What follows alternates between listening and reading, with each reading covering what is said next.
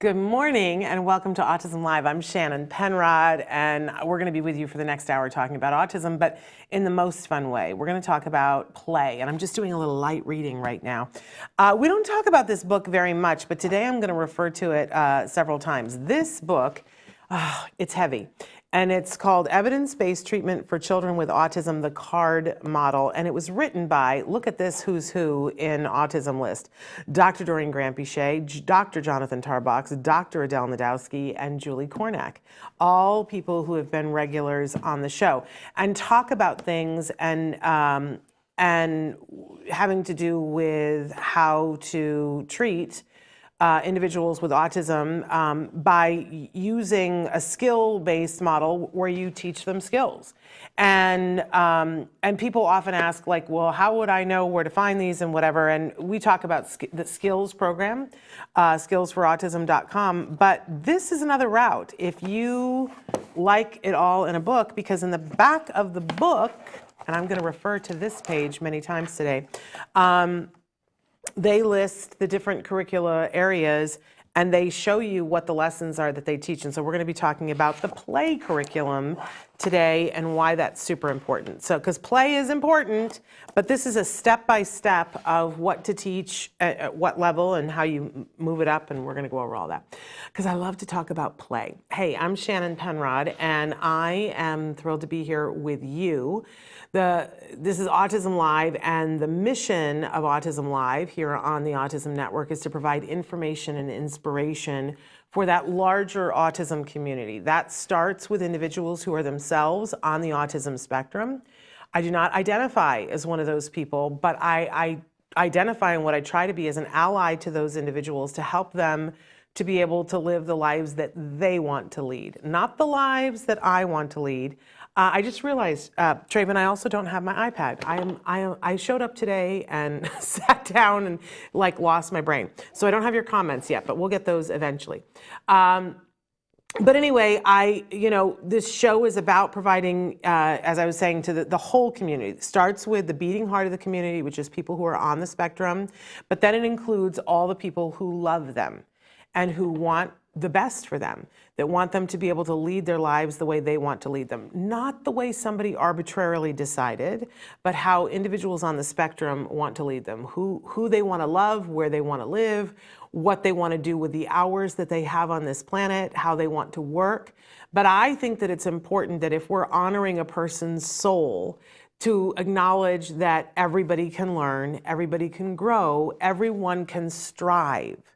And striving is important, I think, for our time on this planet, because striving is about achieving, and striving sometimes is about not achieving, not hitting the mark that you set for yourself. And Dr. Phil always talks about it's important for a person to have a safe place to fail, because when we look at, for instance, Babe Ruth, who I know I'm dating myself here because most of you guys don't even know Babe Ruth anymore, but Babe Ruth was considered the home run hitter of all time until he wasn't anymore. The thing about it was, and he was known for hitting more home runs than any other baseball player for a really long time, but he also, less talked about, struck out the most because he was swinging for the fences, because he wanted the home run.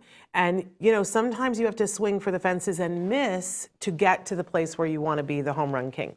So, as I said, Dr. Phil always says a safe place to fail. And play, I think, is the ultimate safe place to fail. It's a safe place to grow, and it's a safe place to fail, which leads to more growth. Traven's sneaking me so one of these days I'm going to make Traven be on the camera with us. We're going to have Traven's special day. I'm also going to say that don't forget that this Saturday we're going to be live on the red carpet of the All Ghouls Gala. Traven's going to be there. Maybe we'll make him be on camera then. With some amazing celebrities. Oh, I'm so excited, you guys. But we're excited to be there. Okay, so I do have the chat now. You guys can start saying hi. The chat is live. Today is Wednesday, October 26th. We are live. And we're going to be talking about play. So I hope you guys will write in and say good morning. Traven's going to show you all the different places that we're live and that we podcast. We're live right now on Facebook, YouTube, Twitter, and about a dozen other places. We will podcast later to all the different places that there are that have free downloads of podcasts.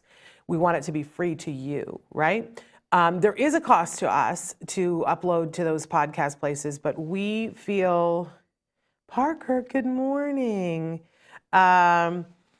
We loved seeing your mother yesterday, Parker. That was so, not seeing her, but having her there with us. That was so delightful for me. That was such a treat because you're always a treat. And it's nice to, I say it's always nice to meet the moms behind the amazing people. It's an extra thrill for me. So absolutely loved having her here with us. Erica says, how do you encourage a child with severe autism to play? We're going to get to that.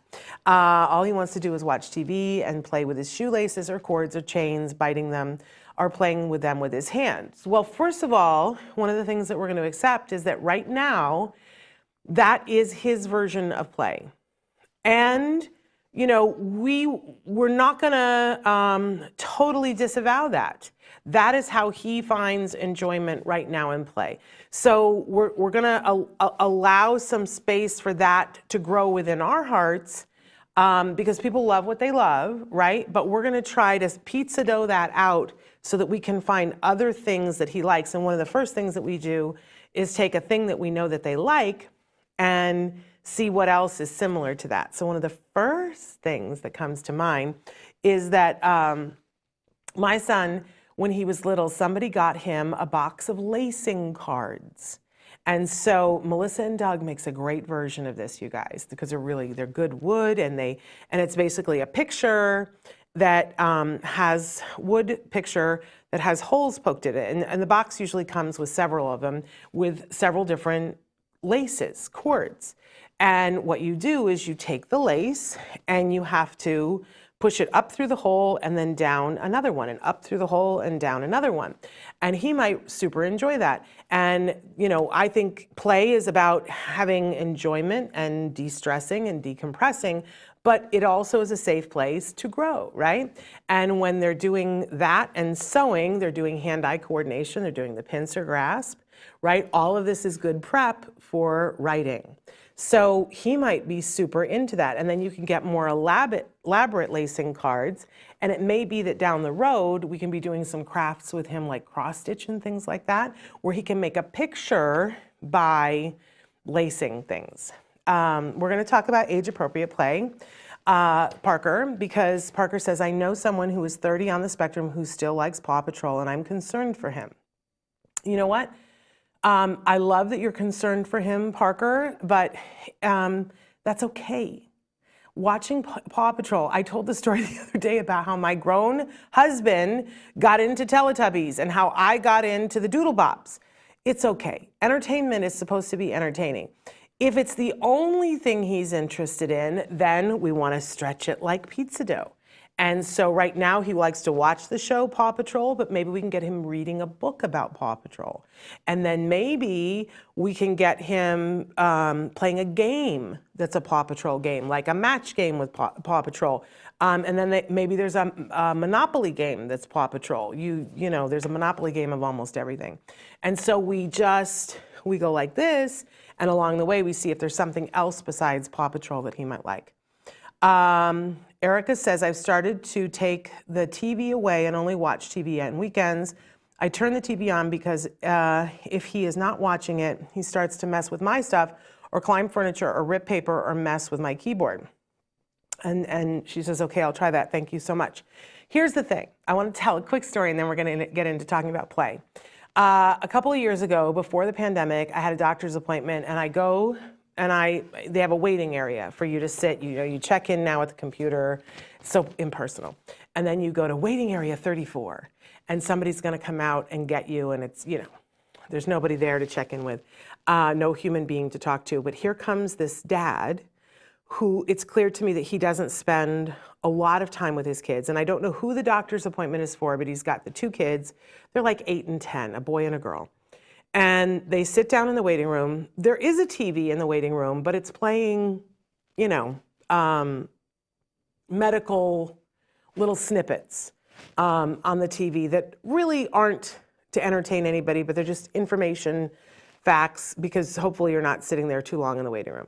So it's not very reinforcing or exciting or interesting at all, right? There's no storyline to follow. It's not going to suck you in. It's not meant to do that. I'm browning out, but the light just dimmed on me. I don't know why, but there we go. Dad sits down, I sit down, and the kids sit down, and I take out my phone and I'm sending somebody a text because I'm not just going to sit there and stare at my hand, right? I'm a person and I've got things to do and I want to be entertained, and so I send somebody a text and then I go and look on my Facebook to see what's happening, and Dad sits down and he whips out his phone and he starts to, do whatever he's doing on his phone. And there are the kids, 8 and 10, and they're, they're this and they're that and whatever. And so they're not just going to sit there either. I didn't do that. The dad didn't do that, right? So the boy gets up and he starts, doing something with his feet, and he's got something going on, and he goes over and grabs one of the magazines, but it's a women's magazine. He's not going to, he's a 10-year-old boy. This is not fascinating. So he starts hitting his sister with it, and being like, come on, play swords with me or whatever. And Dad's like, knock it off. Stop it. We're in a doctor's office. And I was like, oh, this is not going to end well. Because I took care of myself and gave myself entertainment, so I'm not bored.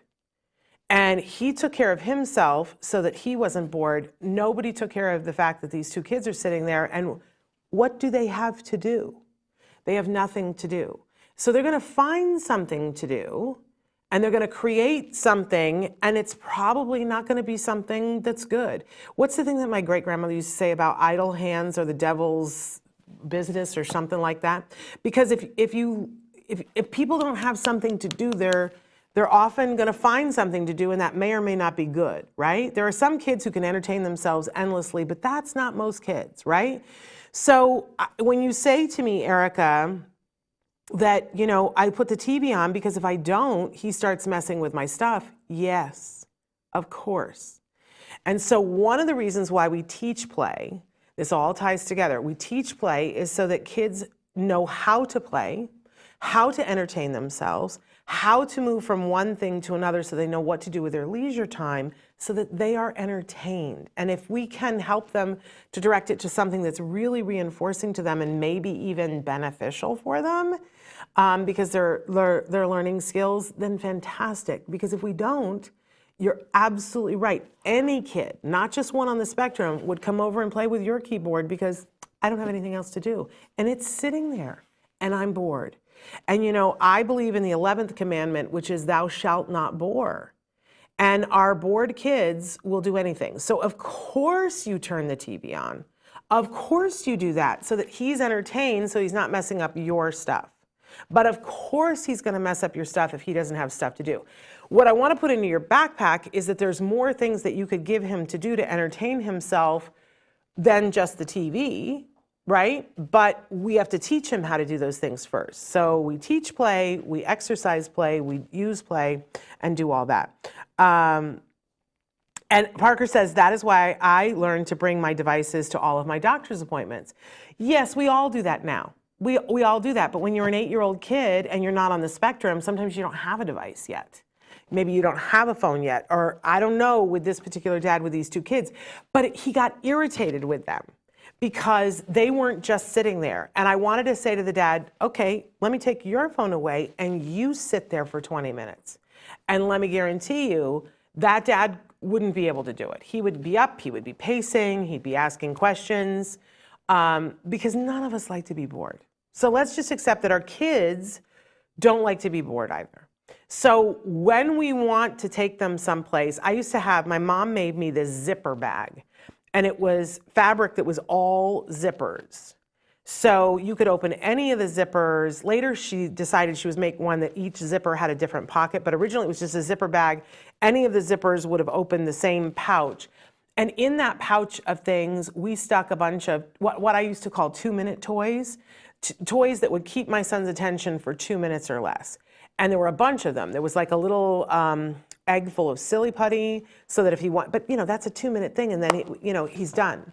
But there were wind-up toys. There were all kinds of little 2-minute toys, little fidgets, things like that. And that went in the car always, so that if we went to a doctor's appointment, a restaurant, something, the zipper bag would come out.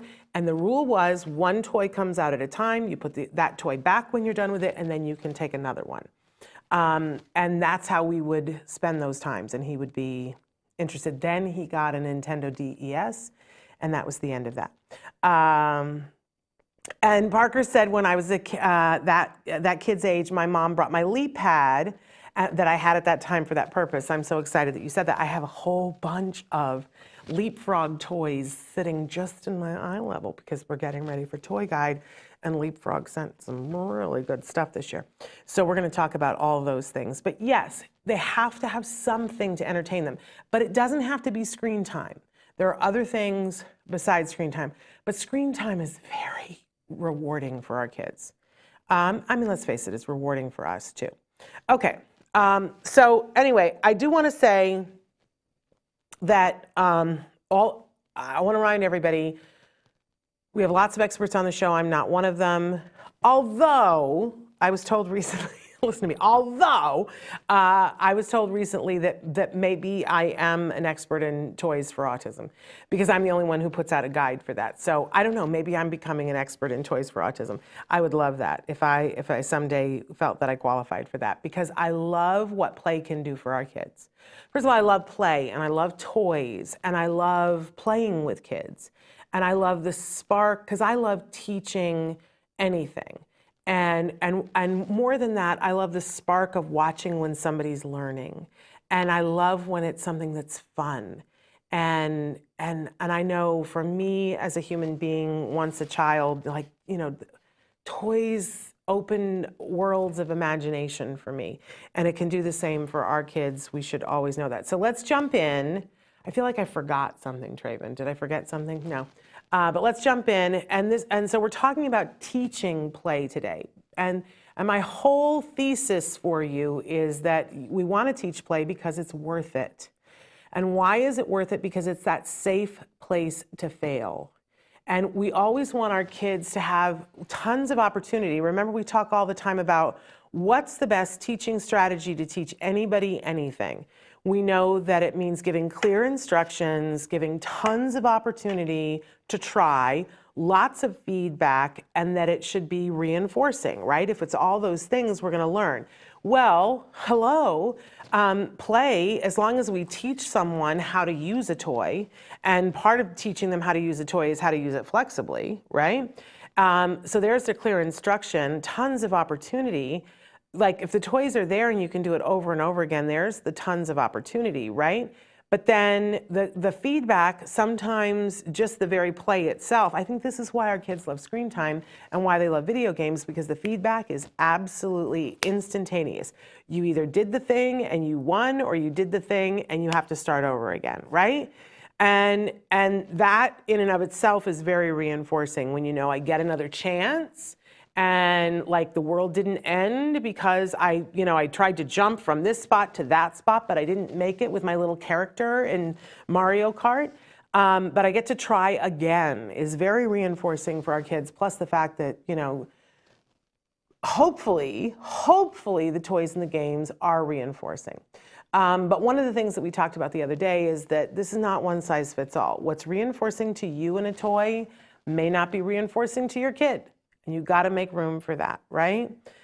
Some people like the toys that make all the noises and have the bells and whistles, and some people don't.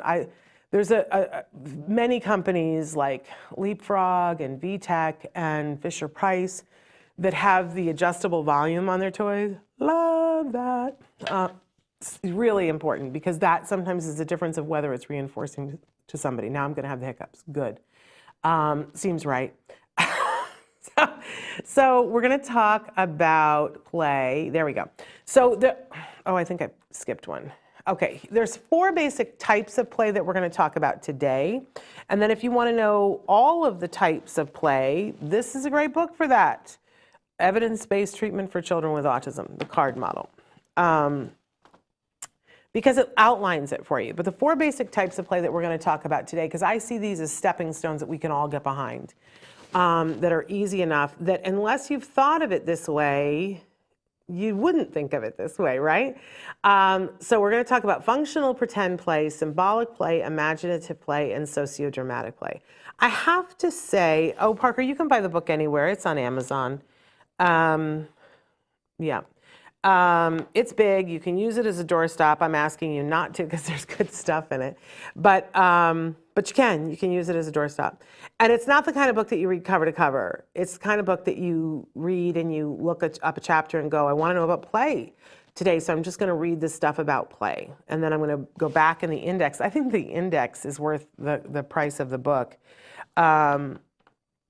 Because in the index, it gives you all the lists of everything, all the curriculum and outlines. Okay, so here's what you would teach. And then there's a whole section that has just the studies. And there's a whole section that I don't use enough because I forget that it's in here, a glossary of all the terms. And you know why I don't use it enough? Because they're good definitions. They're not the convoluted ones that are in some other books. So there's nothing to make fun of. And I like to make fun of jargon that isn't understandable. We'll do that in just a minute.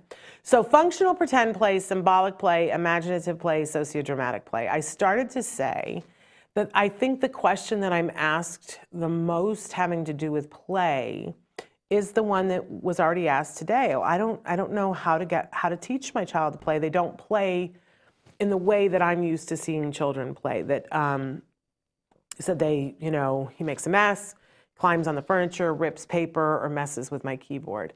And that's not how we're used to thinking of play with kids. But to me, there's a whole lot of clues in that. And we know a lot of people on the spectrum who like to rip paper. That's a really fun activity for them. And I will tell you that there's one young man, I wish I could think what his name is, but if you put ripping paper artist autism, I'm sure you will find his stuff. Because he's a very celebrated artist, and for years he would just rip paper, and his mother about lost her mind. And then, he took I don't know whether he took an art class or somebody said, let's get him to make something with this ripped paper.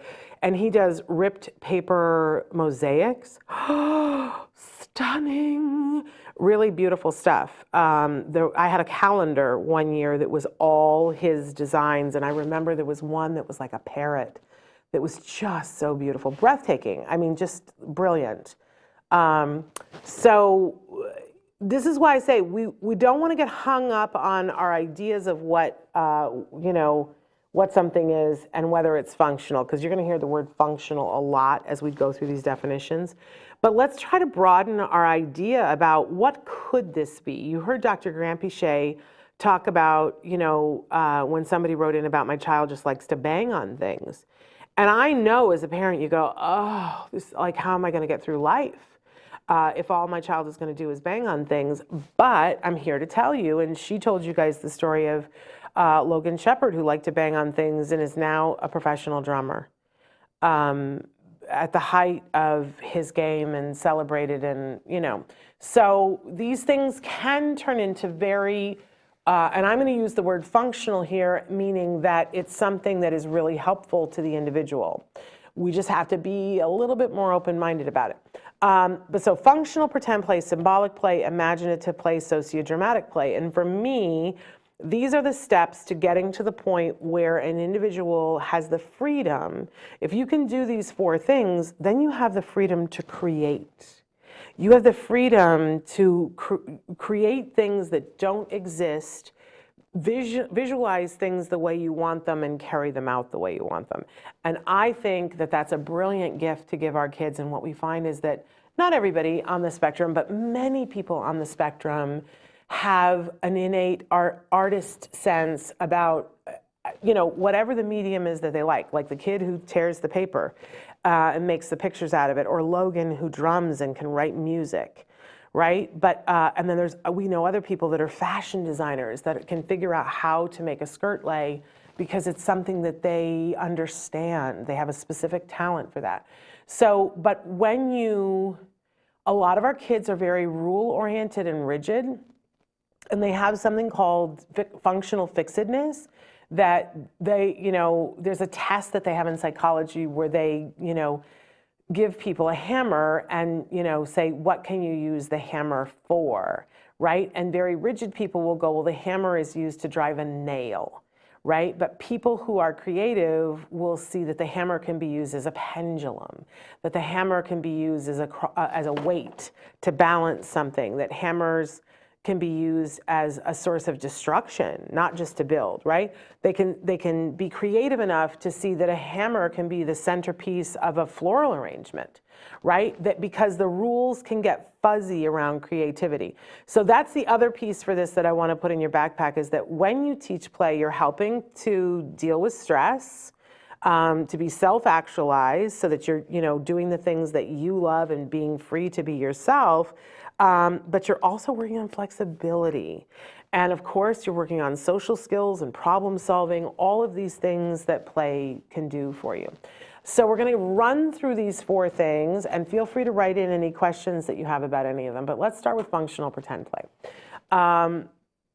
So functional pretend play, our actual definition, let's make fun of it, using lifelike objects in a purely functional, don't you hate it when somebody takes the word that's in the thing and uses it in the definition? So lifelike objects in a purely functional, socially conventional way. Socially conventional, now I feel like I'm on The Handmaid's Tale, way to imitate or act out common action sequences. What? I feel like that definition just has judgment all over it. Like when I play, I want to play. I don't want to think, am I being socially conventional? I don't want to be socially conventional. I want to do what I want to do, right? So let's move on to our working definition, which is playing with toys that are lifelike in a lifelike way. So we've got the picture of the child there, and they have a plastic thing that looks like a camera, and I'm going to guess it isn't a camera, and that it can't really take pictures, although maybe it can, but not in the way that a traditional camera probably does. But it is a perfect functional pretend play toy. When we used to have big, huge warehouse toy stores, remember that back in the good old days? There was always one aisle that was devoted to functional pretend play. And I got to admit, like from the time I was a teenager up until I had a child on the autism spectrum, I didn't go down that aisle. And I was like, that's a ridiculous aisle. Because it has things like toy vacuum cleaners in it. And I would always be like, who is the person who is giving a child a toy vacuum cleaner? Like, what up with that? And, first of all, because I didn't see very many people giving toy vacuum cleaners to men, so that, that would set me off. But then why are you giving it to a little girl and going, oh, we hope when you grow up you can vacuum? What's that about, right? I hated that aisle. It was about, like, it has dishes in it, and even the little kitchen sets. I was like, ha, put on this aisle. I didn't like it because I didn't understand it. That part of development is having that safe place to fail, and that pretending that you're washing dishes is a step along the way to your development of understanding the purpose of dishes and taking care of yourself and taking care of other people and having dinner and, having a conversation over dinner and the roles that we all play. Like, I didn't really get that. And now I see that it is groundwork that our kids need to have.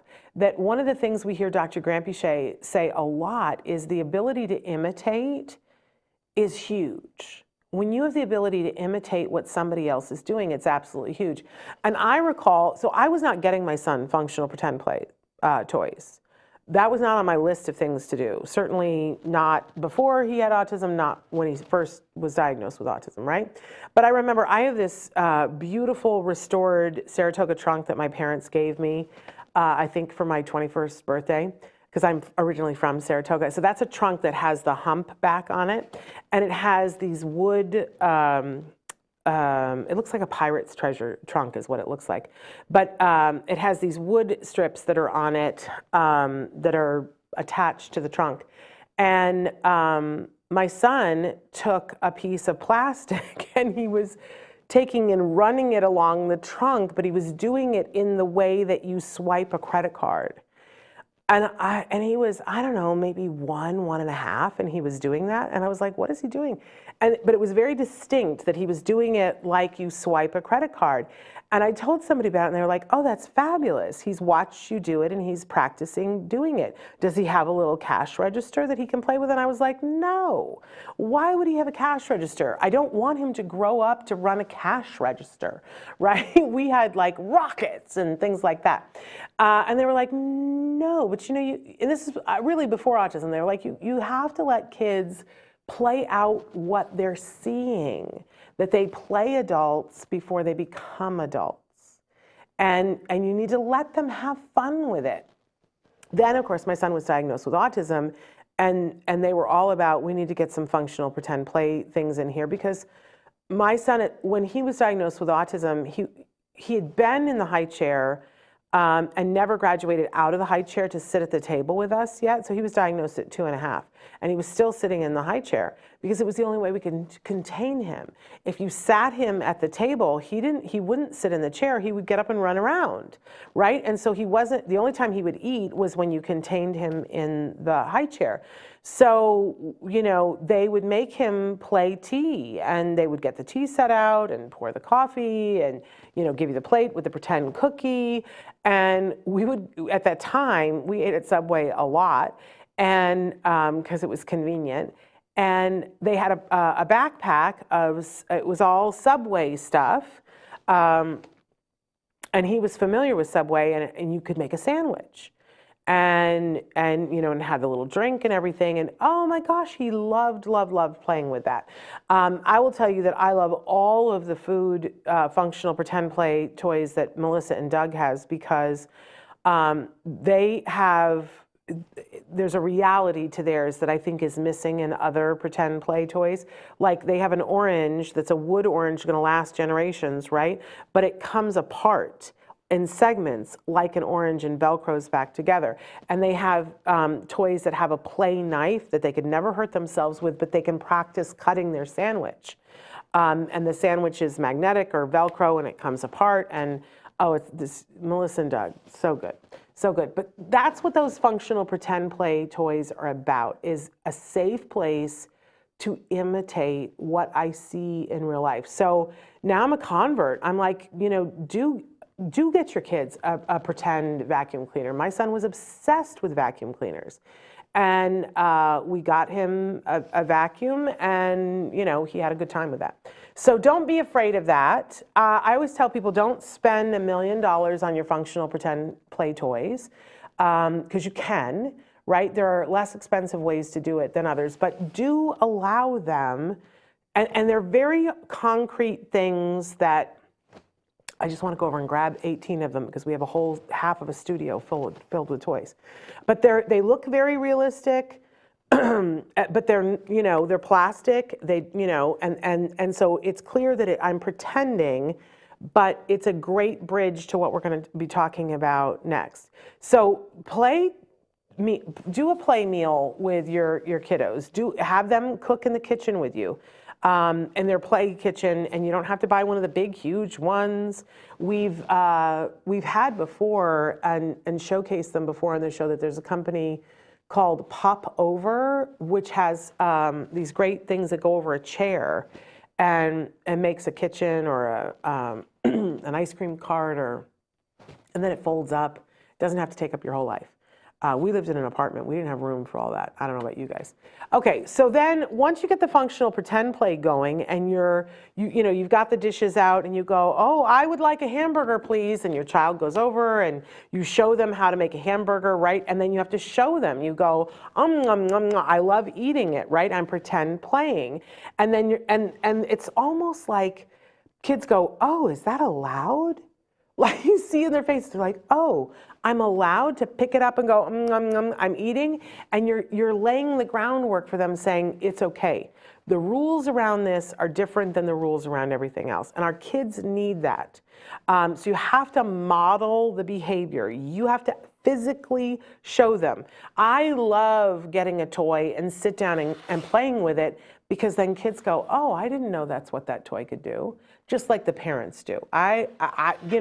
I love it. I tell you, I'm a big fan of Discovery Toys because they have toy parties and they demo their toys and show you how to play with them. And they have good toys. I love them.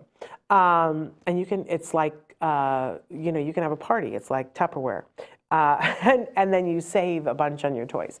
And they'll show you how to use the toys, which is super duper fun. I absolutely love that. Okay, so symbolic play is the next one that we're moving on. Okay, with symbolic play, we're endowing objects with other qualities to play with them in a socially relevant and appropriate ways. There's that socially relevant again. You know, how put on the socially relevant and appropriate. Appropriate for who? I get really like about this. Because play should be play, right? But these are definitions and I'm making fun of them. Our working definition is using imagination to turn an object into a functional toy. And when I say functional, I mean like the functional pretend play. So walk with me on this a little bit. That let's say that, you know, the child gets a toy and it is a functional pretend play toy that is a phone. So it's going to look like a phone, it's going to be shaped like a phone, but it might be bigger, it might be brighter, it's got big buttons, it doesn't actually make phone calls, but maybe I push the button and it says, hello, right? Something like that. That's the functional pretend play version of it. The symbolic play version of it is that I pick up something that is clearly not a phone, but I endow it with the qualities of a phone for the child. So I pick it up and I go, hello, hi, oh, it's for you, it's grandma, do you want to talk to grandma? And then I hand the phone to the child. And the first time you do this with any kid, on the spectrum not, they're like, you're out of your mind. And often they'll walk away from you. And so what I do is I go, oh, really? Oh, that's so funny. You know, she just told me a joke. And then, you know, eventually you keep doing this and the child comes over and they're like, what?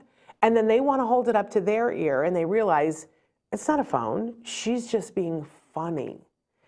And suddenly they want in on the game. Now, some of our kids are so rigid that they will reject that and go, no, stop it. Don't be afraid of that. Because you're taking their world of rules and you're saying sometimes the rules don't fit. And this is a really important lesson for them. Allow them to have their feelings. But you can go, oh, okay, he doesn't want to talk right now, and you put it down and then you move on to something else. And very slowly you start to massage their hard edges because they've been taught it's rule 1, rule 2, and anything else gives me anxiety. If we can start to loosen that up with toys and with play, that's going to help that kiddo with anxiety their whole life. Because we're going to start to ratchet that down, that it doesn't have to always, a phone doesn't have to be blue, right? A phone can be all different kinds of things, and we want to work on those things in a safe way.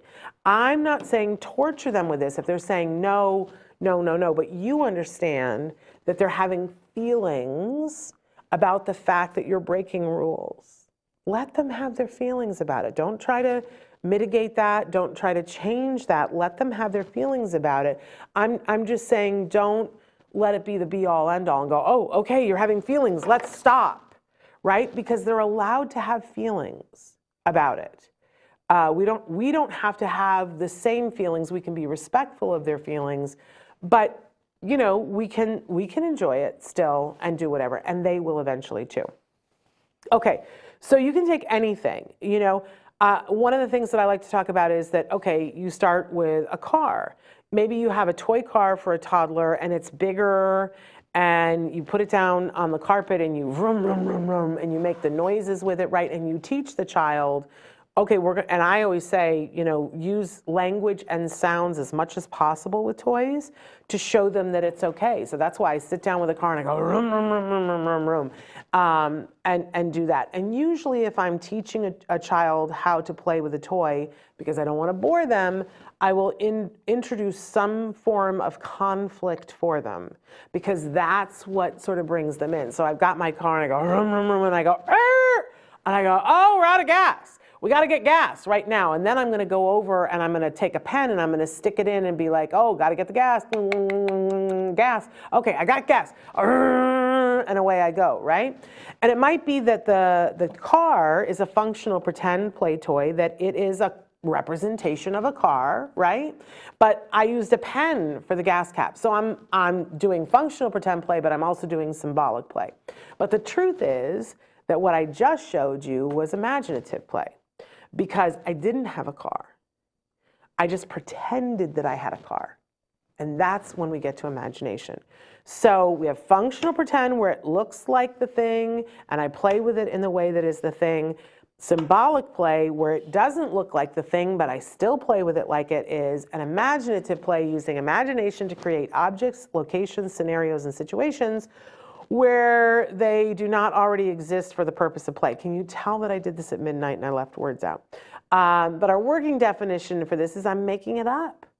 I'm making it up. So I can say, this is a car. There's no car, right? And in the beginning, when you do this with kids, they're like, they want to see where, especially kids that are really are rigid, and they're like, where is the car? But you'd be surprised how quickly they get it. And they go, okay, she functions under different rules, and they think it's fun, especially if you're going to do it with something that they like. Now, let's take just a second to talk about the fact that when we were little and we played, hopefully you played without rules and you just had a good time. And then life kind of puts us into these roles, right? Where we get used to doing certain things, and we need to be respectable and we need to function by certain rules. And I think that, one of the exciting things about, because let's face it, kids are a lot, right? And there are sometimes some days and some situations where it's just really hard, even when you're not dealing with autism, right? But I think one of the most exciting things about kids is that it reminds us about the wonder of learning something for the first time, and it reminds us that we can play, that at any point we can choose where our state of mind is and we can choose to play. So I always encourage parents, allow yourself to be silly. Allow yourself to let go of the rules, because what we're teaching your children is that they can let go of the rules too. Now, we're always going to have rules, and we're going to have safety things and things of that nature, but we can suddenly have very crazy accents, and we can read the book, and we can become an entirely different person, right? And kids, when you first do that, they're like, well, I don't know who you are right now. What are you doing right now? And in some of our kids, it will be a little like, and some of you might even find that the rigidity, like with my son, my husband could be as silly as he wanted to. He could be silly, silly, silly pants. I was not allowed to be silly, because then I wasn't mom. And that would give my son anxiety. And he didn't like it when I get really excited. There's something about the even now, the tenor of my voice, it's really nasal, especially right now. But, he wanted me to be mom and not be silly. He would give me some exceptions when we were reading books, but I had to keep my voice at a certain volume. Otherwise, it would provoke anxiety. So, but Dad could get down on the floor and be an elephant and do this whole thing, and he, and it was hilarious, and it was fun, and it was, but if I did that, he would be like, no, mommy. Right? So our kids are going to speak to us about what their rules are around when we're silly, but be willing to try. Be willing to try, and be willing to, if it can't be you, let somebody else be there and teach them how to be silly, because they need to get their silly on sometimes. They need a break from everything. And they need to have that view of the world, that the world is not just black and white, that there are beautiful colors in the world. They need to get that sense as well. And we want to foster the imaginative play. And we can do this in lots of different ways, but be willing to be silly. I remember when my son first started therapies, and he had a speech and language pathologist, and she had one of those magnetic fishing sets. And so she taught, and she was very quiet and calm, and she taught him how to fish. And then sometimes she would cover the fish with shaving cream. That was a real big thing in her speech. Other times she would bury them in beans, and he would have to squish around and find them, and then he could fish with them with a magnetic thing. Lots of different ways that she had him fish. And while he was fishing, she would be languaging it and say, okay, I want you to try, you're going to catch the bluefish. She didn't know what a blue was, right? But she would language the whole thing for him, and he loved that. And what I loved was that there was one day when I just worried about, was he going to get the imaginative play? And we were working on all of these things, right? But it was about a year later that we went to Costco. No, it was Sam's Club, because at Sam's Club you can get a cart, or they have those push carts that it's a flatbed if you're going to buy a lot of stuff. And he loved it if we got that, because he wanted to sit on the thing, and they didn't really like that. But there was one day that I was shopping at Sam's Club, and he was sitting on the thing, and he was pretending, imaginative play, that he was doing the fishing thing, and he was catching fish and doing the whole thing and acting it all out. He was probably 5, and then he would catch the imaginary fish. There's nothing there, there's no fishing rod, no magnetic anything, but he would catch the fish and he would put them in his boat. He was having a ball, and I knew that we had crossed a line, that the world was open to him, and that he understood that things could be real, and things could be pretend, and things could be fake, and that he could sew that together to create whatever he wants. And now he's a writer, he's a screenwriter. So I love this sort of progression. So we go from one to the other, and then the last one that we're talking about today, which sort of seals the deal on all of it, is the sociodramatic play, because this is when we bring it home. Now, you don't have to work on these like one at a time in a sequential order. You could start with sociodramatic play today, because here we are, and it's just a couple of days away from Halloween, and many of us are going to dress up and be other people for Halloween, right? And we're going to be asking our kids to do that too, and this is all part and parcel of it. So for sociodramatic play, the actual definition is play which involves the acting out of scripts and scenes inspired by real life books, cartoons, and other media. Individuals take or assume roles using themselves and other characters, so they could use dolls, figures, and puppets as they interact together on common themes. And I just want to say, what a way to suck the joy out of something by explaining it that way. I hate these that's as dry as a stick in Texas, right? That definition. Doesn't it make you want to run right out and do that? No. But I love, so then our working definition is make-believe or pretend play. And you're really taking on other people. Why is this so important? Well, what a great way to work on social skills.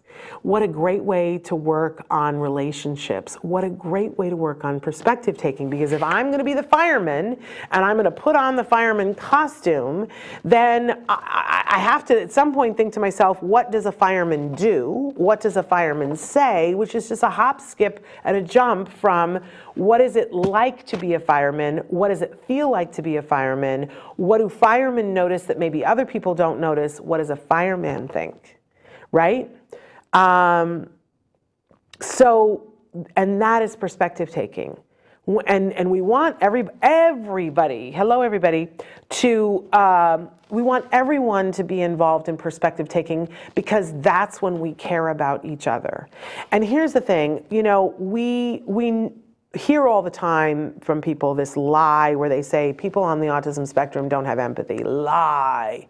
In fact, I think what we're going to find in the coming years is that people on the spectrum have so much empathy that sometimes it's hard for them to be able to pay attention to other things because they're feeling the feelings so deeply, right? And they can't necessarily language it, don't necessarily know how to make sense of it, but they're feeling it very deeply, right? What often happens with individuals on the spectrum, and it is not just individuals on the spectrum, the whole world has a problem right now with perspective taking. The fact that I'm thinking something and I'm experiencing the world some way and you're thinking something and experiencing the world in a different way, if I can simply accept that, I don't need to change you. I don't need for you to do something different, right? You're entitled to think things the way you want to and do things. If we had more perspective taking in the world, people would be nicer to people on the spectrum. So I want to make sure that I say this in a really important way. Everyone needs to do better perspective taking. But what we do see with some individuals on the autism spectrum is that they literally are not aware of perspective taking, this theory of mind that Sacha Baron Cohen always talks about, understanding, and we can teach it to them. There was a time when we didn't know if that was possible, but we know that absolutely. Individuals on the spectrum, if we introduce them to this idea and teach them about the fact that you think one thing, they think another thing, and that's okay, but we have to be mindful of it, that they get it, and they get it really well. Because they, you know, there are a lot of people on the spectrum that when you explain rules of things, oh, so what I'm thinking isn't what they think, then they just accept it, right? And then they act accordingly. So it's a really important thing, and sociodramatic play really cements that perspective taking. So I encourage you not only to do this with your kiddos on the spectrum, but this is how you play with the kids down the street that you want to be nice to your kiddo. Because if you're teaching them perspective taking too, well, you know, so they're going to play house, and the bossy girl always says, I want to be whoever she wants to be, right? And she assigns the roles. I love a bossy girl, because they assign the roles. And then halfway through, they don't like it, and they're like, oh, I see that it's more fun to be the dog. I'm changing everything. I'm the dog now, you're the mom, right? But if we teach the bossy girl what's it like to be the dog, then, you know, if you're the dog, you don't want to be kicked, right? We're teaching her perspective taking. What's it like to be the mom? What's it like to be Bobby? Then the bossy gut girl who has all kinds of mad skills but maybe isn't so good at perspective taking, then she grows up to be somebody who's thinking about, just because it's this way for me doesn't mean that it's that way for this person on the spectrum. Okay. Somebody says, my son is hard to pretend and focus on keeping imitation. That's okay. You know, if you're not to the point where they're doing a lot of imitation, take what you can. And there are lots of ways to teach imitation, but let's remember, it has to be fun for them. And there are 1,000,008 ways that I could tell you to teach imitation where it's fun. There used to be a game, I don't know if it's still available, but Cranium put out a game that was called Hullabaloo. And you could see on eBay if you can get one of them. They had two different kinds. There was like one that was a little console and one that was a DVD that you would put into the DVD player. And I liked them both, but I like the DVD player better because it comes with these tiles that you put out on the floor, and you put the DVD in, and it was sort of like a kid's show, very colorful. And there's a guy on the screen, and he's like, have you put the tiles on the floor? And you know, I stand there with my son, and I go, yeah, we put the tiles on the floor. And by the way, the therapists loved to play this with him too. And then it had this like shuffle thing on the DVD, and so the guy would say, okay, I'm going to give you 3 seconds to get on a blue square. And they would play music, and it would count down 1, 2, 3 on the TV, and you'd have to run to a blue square. And then you look down at the blue square, and the blue square has an animal on it, and it would say, what animal is on the blue square? And it'd be a chimpanzee. And he'd say, okay, we're all going to be chimpanzees now. And you'd have to pretend that you were a chimpanzee and go all over. But the thing about it was that they would model the behavior, and there would be kids on the screen doing it too, so that if your child didn't know what to do, there was an example. right? And they don't have to do it perfectly, but it kept their attention because it goes quickly from one thing to another, right? So I loved that for teaching imitation, and there's all kinds of things like that. There's something now that's called, like, I'm not as hip to the new kids shows, but there's something called Go Noodle or something that's like that too. I have a list of these things somewhere, I'll find them. Max says, we had testing for our daughter today. They're on the fence with autism, sensory disorder, and speech development, yes. And she's at stage 1 mild autism. Okay, well, the first thing I'm gonna do is I'm gonna give you a hug, Max, and tell you that you did something amazing today. That sometimes getting through the hoops of getting your child, I'm sure you're ready for bed right now, because I'm just gonna guess that not a lot of sleep was had last night, worrying about how's it gonna go? Is this person gonna, get your daughter? Are they going to understand, what's going? Are you going to listen to what they say? Are you going to believe what they say? Stress, right? So you got through that hoop. Okay, now it sounds like from what you're saying that you have autism stage 1 diagnosis. So I know that there was a time and a place when we all would have said, come here, let me give you a hug, I'm so sorry. I'm not going to do that. I'm not going to say that. I'm going to say congratulations, because she is the exact same child she was yesterday, but now you have a new path to helping her. So congratulations on that. And also, it's wonderful that she got diagnosed with a mild, a stage 1, but here's my biggest fear for you. That by definition, let's go over, and Dr. Grampiche went over these yesterday, but there's supposed to be 2 numbers, and very likely she's a 1-1, right? But check it, because she might be a 1-2. There might be one area where she needs a little bit more. But 3 means they need a lot of support. 2 means they need significant support, but not as much as the lot of support. And 1 means that they need less support. But the very definition of the 1 includes in it that they need support. And the problem that I see with the medical field is that people go, oh, congratulations, your child got a mild, a 1, so you don't have to do all the things that everybody else is doing. You don't need to do ABA, you don't need to do anything intensively, let's just see how things go. And that is wrong.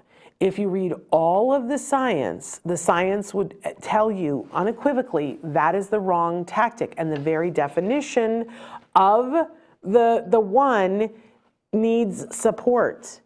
And so when they poo-poo that and say she doesn't need as much, she doesn't need anything, they're really cheating you and her. So what the science shows, and if you want to write to me, I'll be happy to send you the science. What the science shows is that those children stand the best chance to make the most progress. So, and Traven's putting my email on the screen for you. Those of you who are listening, it's Shannon at autism-live.com. So Shannon, SHANNON, at autism. I think you all know how to spell that. And then there's a hyphen or a dash, and then live, L-I-V as in Victor, E.com. So, if you look at the science shows that even kids who don't get a 1 sometimes make such huge strides that eventually they cannot be diagnosed with an autism spectrum disorder. I shared yesterday that my son was considered moderate to severe, so he would not have been a 1, and my son doesn't qualify for a disorder anymore. So I'm not saying that only the 1s can get there, but statistically the 1s have the best chance. They have less they have to catch up on. But 1 means they need support. Don't skimp.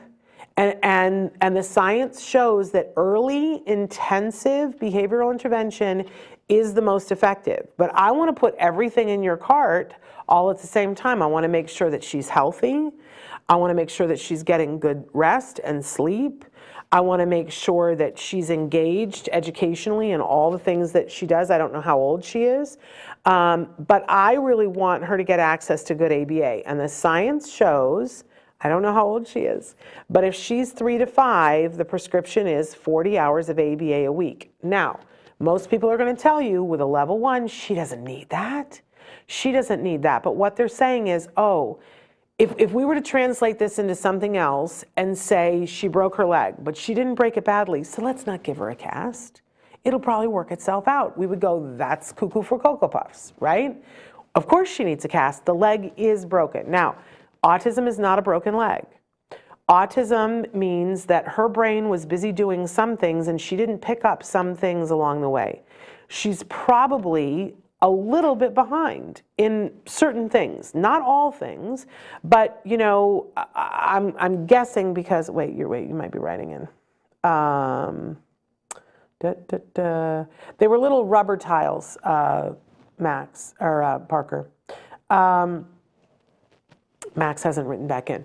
But let's say that she is 4 and, you know, and she might be talking, which is great, right? That's, anytime we have a skill, we go, yay, that's wonderful. But if she's got a level 1, it might be that she's only talking in monologue and not in conversation. Anything that we do when they're little, we really, every kiddo is different, and I don't want to say, I get in so much trouble if I say everybody between the ages of 3 and 5 should have 40 hours. Because everybody goes, that doesn't take in, that's cookie cutter, it doesn't take into account the individual. Well, I think that's BS. But I will explain what I mean. That what we're saying is that this child is likely behind in some skills. And at 4, they have more time than they're ever going to have in the rest of their life, and their brain is more flexible than it's ever going to be in their life. And we have a real opportunity, and the science shows that this is the time to intervene and to do it intensively. And the science shows clearly 25 to 40 hours and the closer to 40. And really, it isn't just that. Because if we take into account what the studies have shown was that it was 40 hours of intensive therapy that involved play, and that after that, the parents were doing it at home. My son had 40 hours of intensive ABA, but he had ABA all the way around the clock because me and my husband were learning how to do it.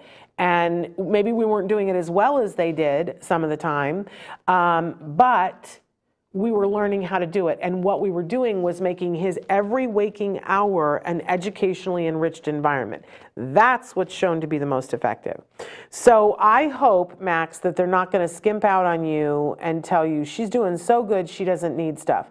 Because I will tell you what happens when that happens is that, you know, she does well and whatever, but then she's going to be 12 years old and you're going to hit a wall where she doesn't know how to get along with the mean girls and she doesn't know how to help herself self-regulate.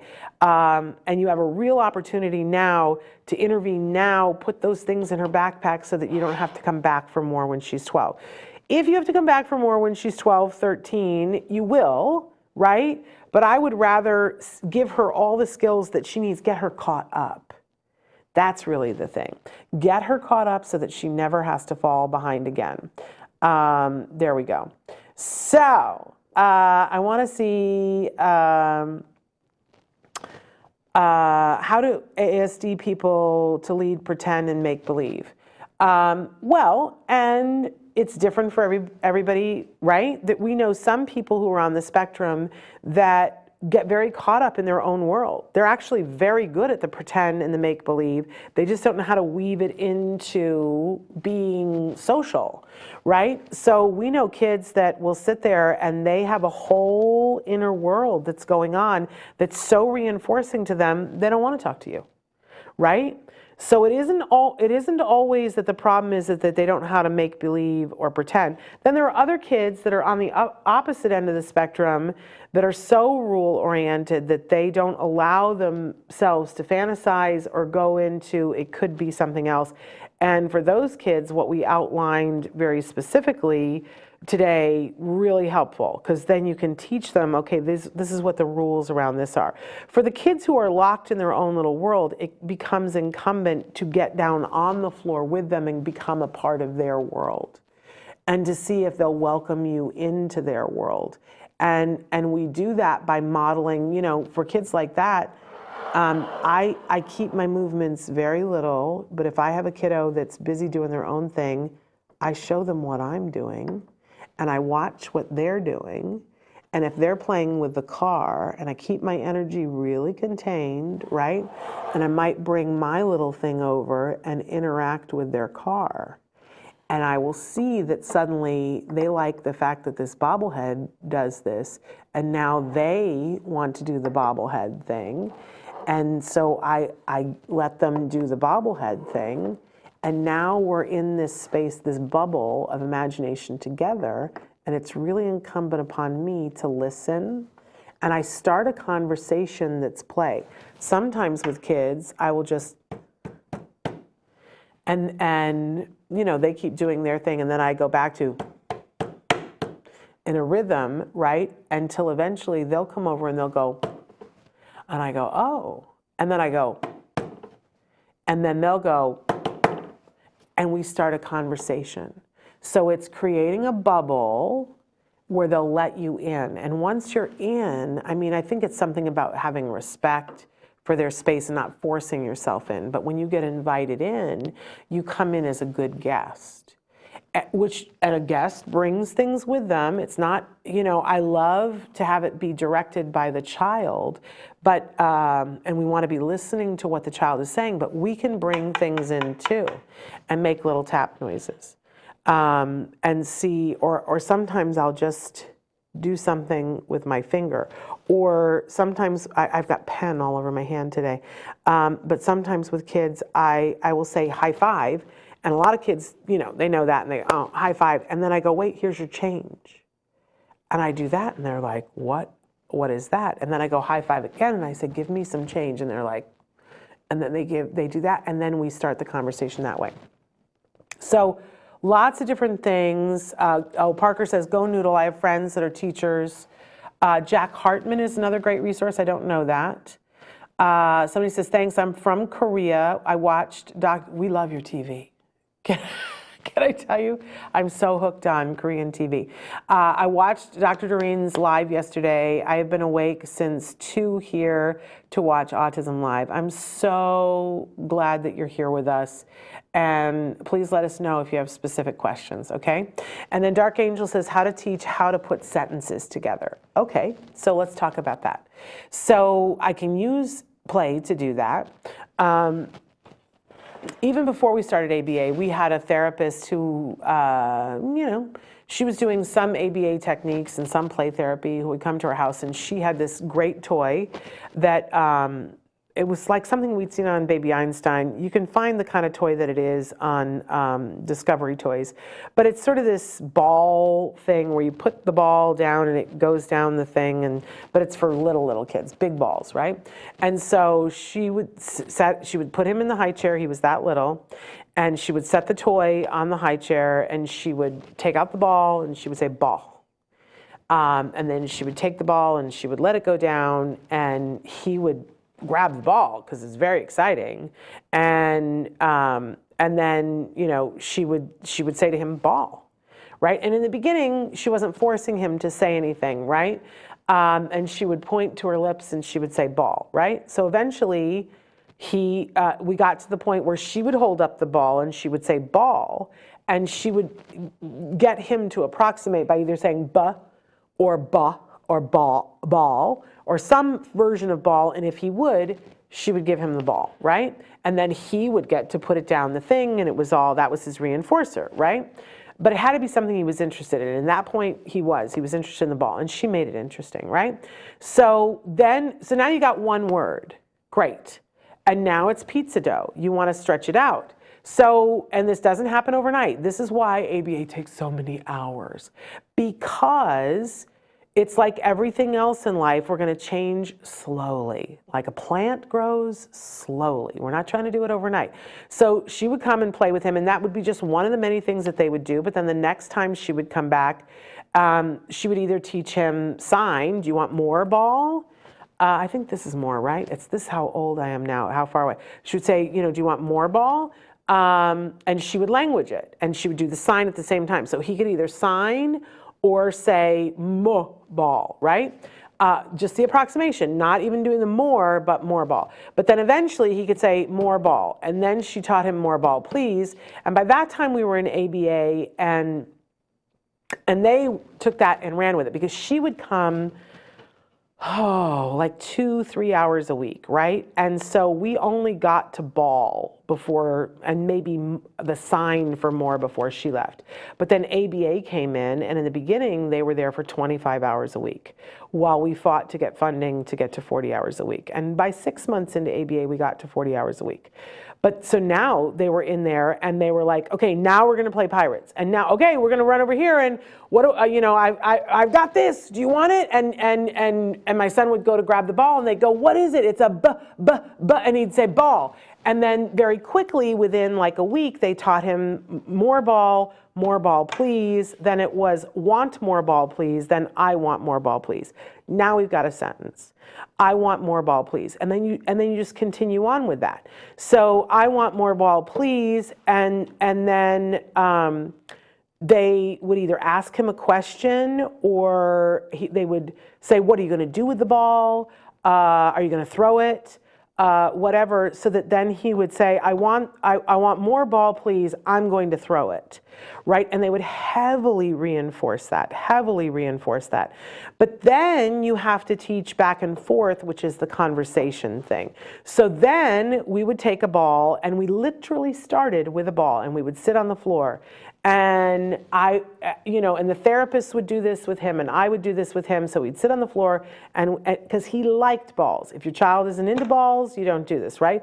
But they would roll the ball, and they would say, my name is Peter. And he would get the ball, and he would roll back, and he'd go, my name is Jem. And then Peter would roll it back, and he'd go, I like Batman. And then Jem would roll it back and say, I like Mickey Mouse, right? And so it's kind of prompting, but eventually it was questions. It was, and they taught him, so he, and eventually there wasn't a ball, but it was the back and forth that they had sort of built into his repertoire. So Peter would say to him, hey, how was your day today? And he would say, my day was good. And then Peter would go, like that to prompt him, and Jem would like have to think about it for a minute. He'd go, how was your day, Peter? Right? And Peter would go, dude, thanks for asking. My day was great. I went to the movies last night. What did you do last night? And then it would go back and forth, and Jem would be like, I, went to the park. And then Peter would go, and then Jem would have to ask him another question, and they would see how many volleys they could get back and forth. Now, in the beginning, there was only one volley back and forth, but then it was two. And I remember I used to have to fill out the Vineland, and they would say, how many, I don't think the word was volley, but how many back and forth conversations? And there was like, can your child do 2? And then it was, and I remember the day that I was like, oh, I can check that off. He can now. And then it was, can they do 3? Can they do 4? Can they do more than 7? And I remember the day that I was like, yeah, he can definitely do more than 7. That took maybe 2 years of intensive. This is why I'm saying it's a lot of hours. A lot of hours. Okay. So my 4-year-old knows so many flashcards, but he can't put the sentence together. Yes, this is the problem with when we're teaching language. It's just one of the steps. Like I just told you the 4 steps of play, 4 of the steps for play. In this book, there is a curriculum for language.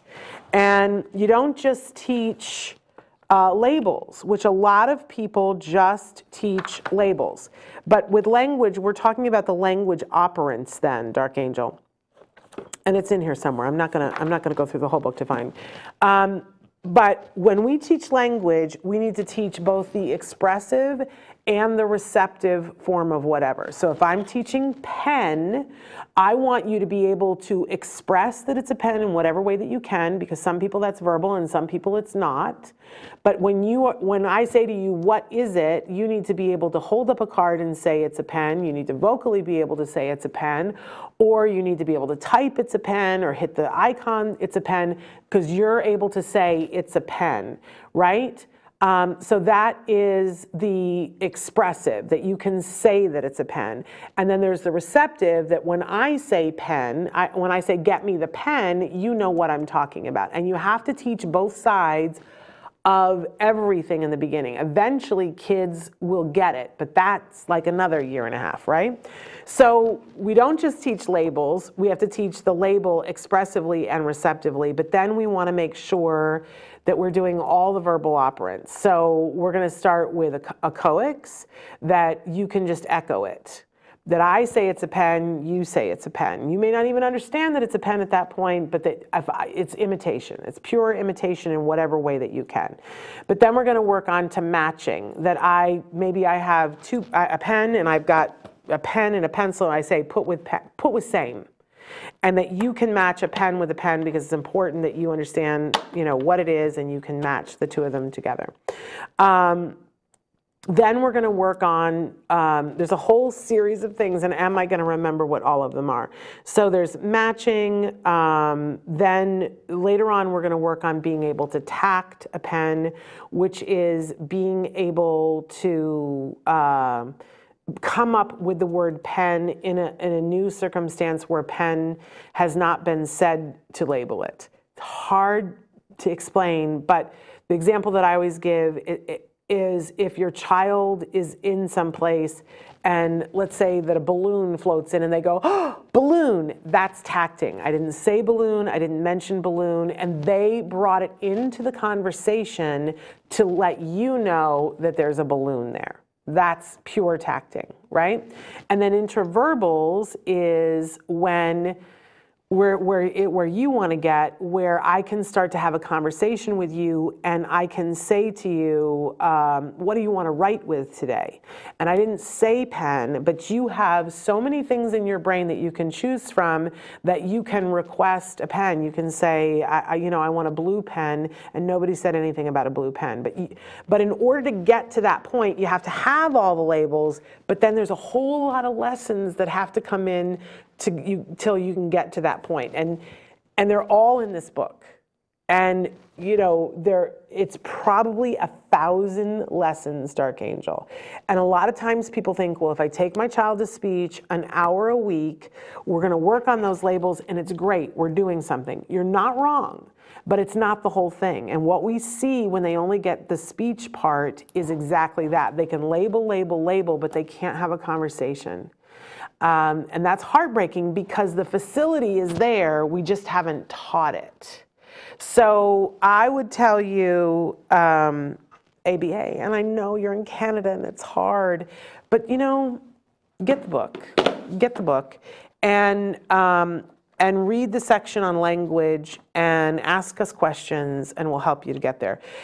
It's hard to do it by yourself. I'm not going to say that it isn't, but it's not impossible, and other people have. You can, and he's already demonstrated, your child has already demonstrated that they can speak, they have the facility to speak, and they have the ability to remember things. They've got one of the brickwork things, they just don't know how to use it. It would be like giving somebody a car and not teaching them how to drive. We don't want to do that. Nowhere to teach ASD junior ABA therapy in here. Doctor, Shannon was also ASD boy mom who encouraged me to learn ABA therapy for my boy. Well, I hope that you'll stick with us here and learn what you can. None of us, when on our first day, even the best therapists, there was a day when they didn't know how to do ABA. Even the best one. So we have to be willing to say, I don't know, but I'm willing to learn. And there's lots of places. Traven, do we have the address for the Autism Partnership? Because they have online training that you can do for free. If you go to their website and register for their RBT training for free, it will teach you all kinds of things about ABA. All kinds of things. And then if you take that and use the lessons that are here in this book, or get skills, you'd be good. Hi, Letty. We're getting close to we're way past the end of the show here. Could you introduce ABA programs for ASD Junior or online ABA programs? I was deeply let down to register no ABA center for my son, but since knowing Autism Live, I've gotten a beam of light. Yeah, so that Autism Partnership, I think that Traven's probably looking it up right now. But if you just Google Autism Partnership RBT free training, you'll find it. And it's free online. And if that ever changes, please, everybody tell me, because I keep promoting it. Letty says, I will be working with a child that his problem is tantrum behavior. I think probably tantrum is what you're saying. How can I help him to reduce this behavior? So tantrums happen when someone can only get their needs met by throwing a tantrum, or because they are 100% sure that their needs are not going to be met. That is why people tantrum. It is not random behavior. Well, I will say this. It also can happen if they are uncomfortable, right? It's behavior, it's communication. They're telling you it's not going my way. I'm not happy and it's not going my way. And if we can give someone functional communication where they have the hope of being able to communicate their needs and say, what I need right now is a glass of water. There's the autismpartnershipfoundation.org. Check that out, you guys. Go to the button that says free RBT training. But if we can teach functional communication to someone, and we should, and everyone has the right to functional communication. It's going to look different for different people. For some people, that's going to mean I say to you, stop, you're hurting me. For other people, it might be touching a thing on an iPad that speaks for me, or another AUG device that speaks for me. It might mean holding up a card that has a symbol on it that says stop, right? It might mean sign language, right? It might mean a gesture saying no. I don't want this, right? But until we give this individual the ability to communicate their needs, they're going to tantrum. And we have to allow our mind to go, this is not the problem. The problem is not the tantrum. I mean, I'm sure it is in the moment in school, but the problem is this person doesn't have another way to tell me what they need. They're telling me something. So if you watch, we've done lots of shows on the fact that we try to figure out what the function of what is it that the child is trying to tell you. If the child is trying to tell you, I need a break, then what we do is not in the moment of the tantrum, but outside of the tantrum, we teach them how to ask for a break, and we honor it when they ask for a break, right? If they're trying to tell you, I need my water bottle, my throat is hurting and I need my water bottle. I don't want, math is happening, but I want my water bottle. Then outside, not during the tantrum, but outside of the tantrum, we teach them how to ask for their water bottle. And when they need their water bottle, we give it to them. And we see that when kids are able to do that, when they need a drink, they drink and then they go right back to the math, right? It might be that they're tantruming because nobody's paying attention to them. And if they had a way to say, hey, I need for you to pay attention to me right now, they wouldn't need to tantrum. So when we see that there's an attention deficit, then what we do is we give them attention on a regular basis, which means we give them feedback. And I know teachers that have a little watch alarm that buzzes, sometimes every 2 minutes. And every 2 minutes, they'll say to the kiddo who needs the attention, Bobby, you're doing great. And you know what? Bobby doesn't tantrum all day because he's getting what he needs, right? And then the last main reason why people do, because I just went through them, people do something because they need a break or to escape something. And I went through the one that they need access to someone or something and attention. And the last one is because it's automatically reinforcing. People do a lot of things, and I won't say that no one ever tantrums because it's automatically reinforcing, but I think it's the rare case. Sometimes, though, they will tantrum to get control on the situation, because if I really don't like what's happening, and I don't have any way to stop it, I can throw a tantrum and it gets in your way. And then I have a little bit more control over the situation. It's really important that we give everyone, even little babies, choices. that we don't give them any fait accomplis, that we say to them, do you want to do this or do you want to do this? Even if they don't really love either one of the choices, we need to give them choices. How would you feel if you went through your whole day and people just motored you through the whole day and you got no say in it and you couldn't say to anybody, I need to go to the bathroom. I need a drink. Can I have a break? I'm a little overloaded right now. Think about if you had no facility to get your needs met. I would tantrum, wouldn't you? I would be throwing the biggest tantrum. I have thrown tantrums. The famous one is that I threw a tantrum in a Dick's Sporting Goods because my husband and my child were not listening to me. And I had already asked the person working there, I was like, the music is so loud.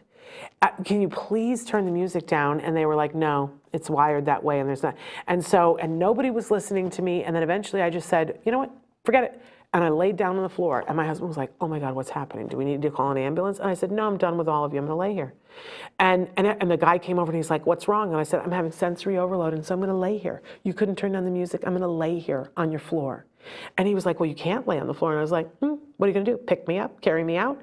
I threw a tantrum because nobody was listening to me, and I had no control. But I had control over the fact that I could lay down on the floor. And I was like 48 when I did that. And I'm fully verbal. I still wasn't getting my needs met. And nobody was listening to me. So a 4-year-old, of course they're going to go to that. Of course they're going to lay down on the floor. Don't get overwhelmed by it. When they're in the middle of the tantrum, it's really important to make sure that they can't hurt themselves or anybody else. Do not lecture them. Do not give a whole bunch of attention to the tantrum. This is a fine line. We don't want to ignore the child, but we do want to ignore behavior that we don't want to see flourish. If you would like to see tantrums on a regular basis, by all means, talk to them endlessly, because then what they learn is, oh, when I throw a tantrum, I have your undivided attention. I think I'll do it every day. Let's schedule a meeting. Should we do that at 11:15 every day? Works for me. We don't want that. Kadra says, my son is 4 years old and he has autism. I have been trying to toilet train him, but I have been having trouble. Do you have any tips?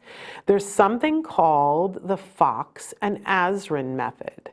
And I would encourage you to look it up. It's found to be the effective method. And basically what it says is that we all have a number. You have a number, I have a number. I drink a bunch of liquid and there's a certain amount of minutes before I'm gonna need to use the restroom. I did not know this before we potty trained my son. I didn't know that we all have a number. I didn't even know this about myself. But what we want to do is set ourselves up for success. So the first things that you do in the Fox and Asrin is that you make the bathroom, you pick a bathroom to be the bathroom to start, and you make it as reinforcing as possible. That there are some toys that are only in the bathroom. Maybe for my son, we had a little portable DVD player that was only in the bathroom. That's the only place it ever was.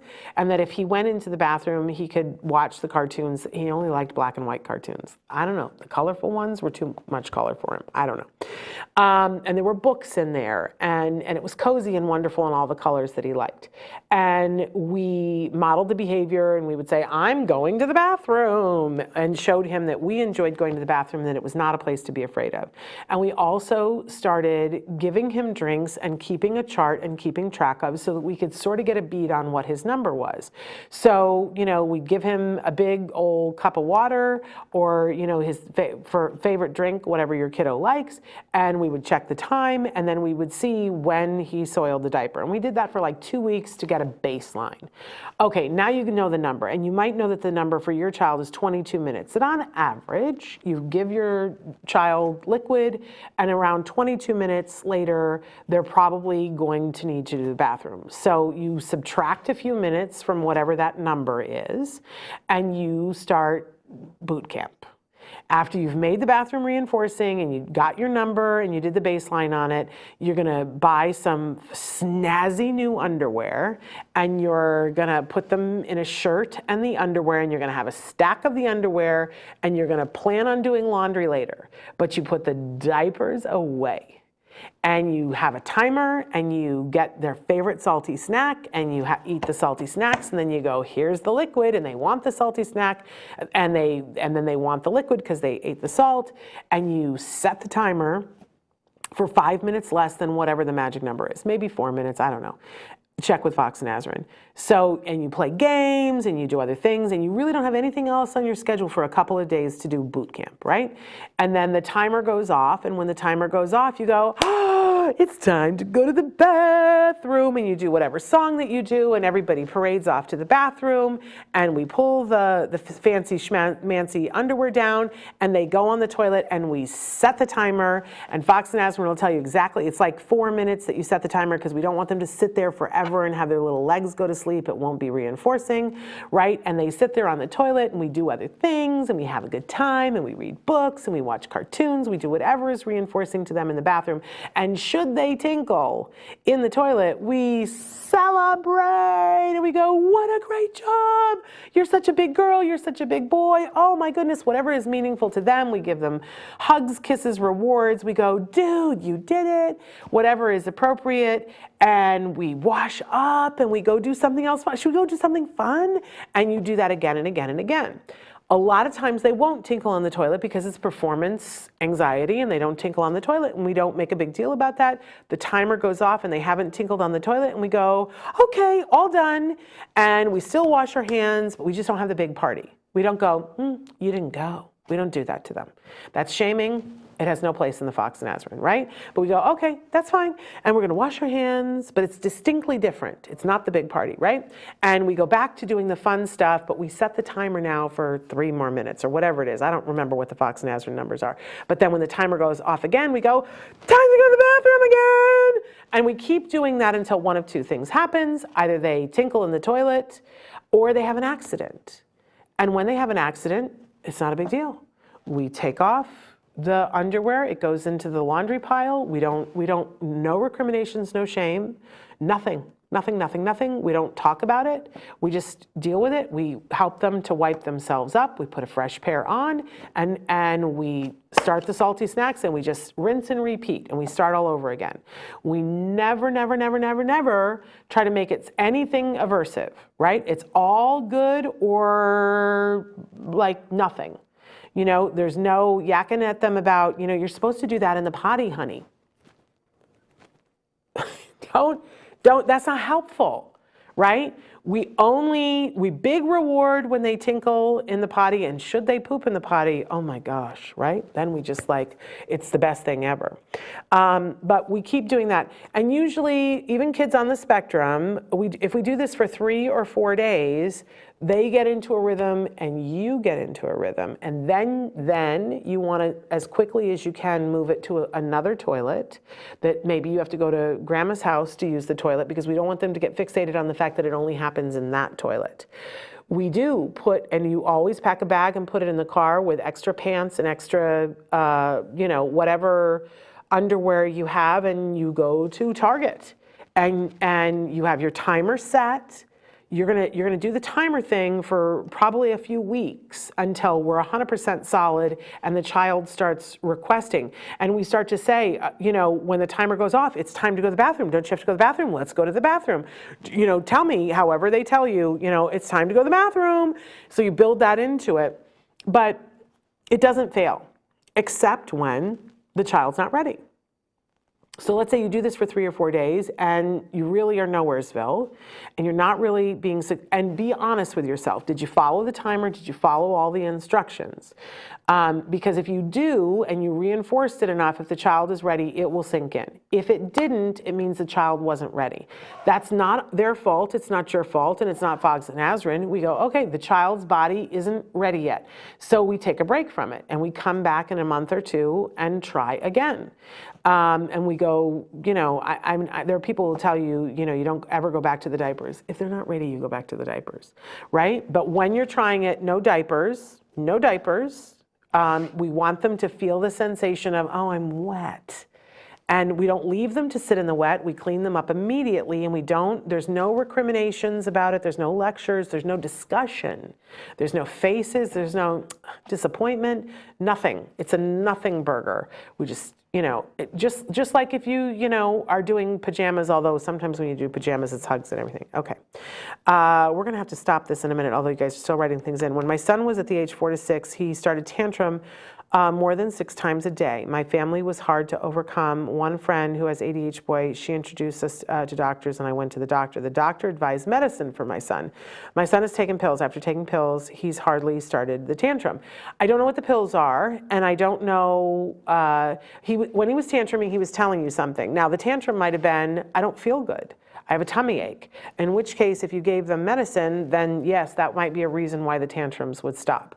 So absolutely, sometimes the communication that they're giving is, I don't feel well. And it's always important to be talking to doctors and checking to make sure it is something that's happening because of a medical reason. And I think that gets overlooked with kids with autism all the time, as if they can't have stomach aches. Some of our kids, they find out later on that they have stomach ulcers that they didn't know, right? Kids with autism can have all kinds of things going on, just like kids that don't have autism, right? So yeah, absolutely, but it's always communication. Even then, he was communicating, I don't feel well.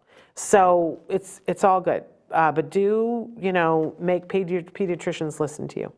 I love you all. We've gone on way longer than I had intended, but it was great. We are back tomorrow with our Halloween show for Let's Talk Autism with Shannon and Nancy. My friend Nancy Allspaw Jackson will be joining me. We've got a great guest, a mom who is a tour de force. You're going to love her. A former lawyer, and then has a house full of kids. And she's going to talk to us about some of her path and her journey, and we'll look forward to hearing from her about that. So, and we'll have In the News, and it will be fantastic. And wait till you see who Nancy and I are dressing up as. Dark Angel, I am sending you such a big hug. I want you to know your child can have conversation. It's going to take many, many, many hours. But your child can have conversation. If they can label that many things, it's just a matter of working on it, and it takes time. Okay? I'm sending you all hugs. We'll see you tomorrow. Until then, give your kiddos a hug from me and a big one for you too. Bye-bye for now.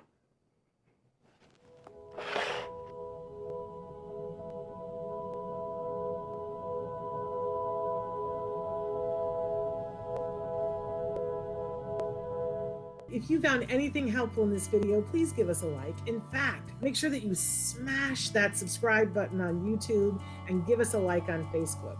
You can also follow us on Twitter and on Instagram for important updates. And please download our free podcast wherever you get your podcasts. Thank you so much. See you next time.